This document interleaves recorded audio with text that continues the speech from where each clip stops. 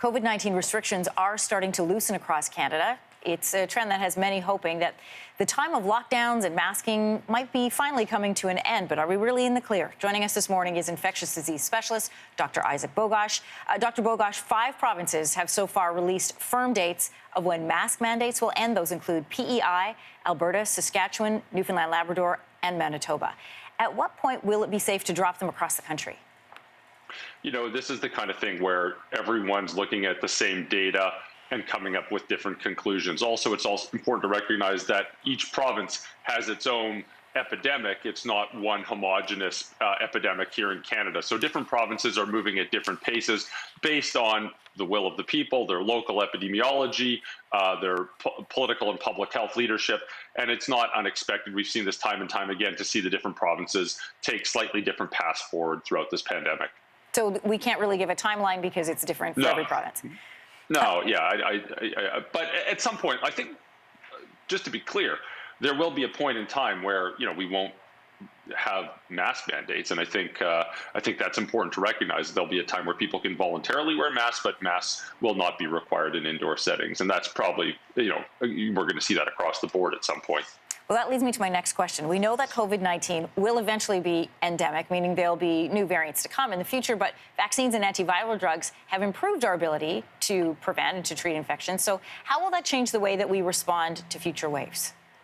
Yeah, this is a really important point because we have to build up resilience here in Canada. We have to build up healthcare capacity and ensure that we have our various sectors of our country really prepared so that future waves don't impact us as significantly as the prior waves have. I mean, we've seen just devastating effects from first wave, second wave, all these waves. Now, we're very fortunate that we have high levels of vaccination and high access to vaccines and soon tremendous access to therapies, and this is certainly going to help. But of course, we can't forget that COVID isn't going away. You can't treat this as a regional Canada problem. This is a global problem. Until we start really treating it as a global problem, we won't be safer, not just here in Canada, but also everywhere else in the world. So we're probably in that transitionary period from pandemic to endemic, but endemic doesn't mean the virus has gone away. It's still here. It still will impact us, just to a much lesser extent. How likely is it that we could see a return to increased restrictions or even lockdowns again? I remember November, everybody was making Christmas plans, Omicron hits, and suddenly everything has changed.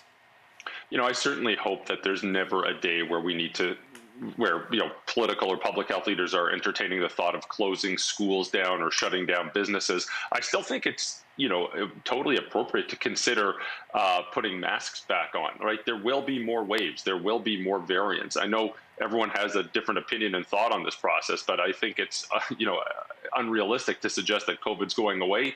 And there will be times where we see more of it in the community moving forward. I think we should think of many of the public health measures as a dimmer switch, not necessarily an on and off switch. There might be a time where if there's a surge in cases, people are asked to put masks back on.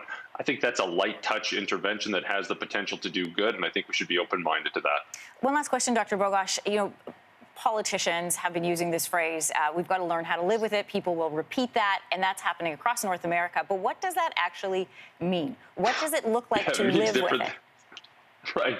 We've been living with it for 2 years. It means different things to different people.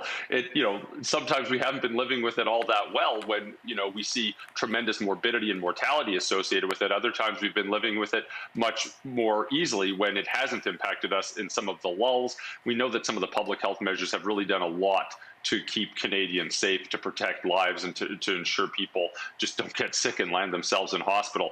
But of course, we do have to learn to live with it. But that also means preparing for future waves and appreciating that there is uncertainty in the road that lies ahead, so that if there are subsequent waves of this just doesn't impact us as significantly as past waves have. And it doesn't mean ignore it or pretend it doesn't exist anymore. Dr. Bogoch. Exactly. Right. Great to have you with us this morning. Thank you. Be well. Hey, thanks for watching. If you liked this, be sure to subscribe here, or you can check out more Your Morning videos right here.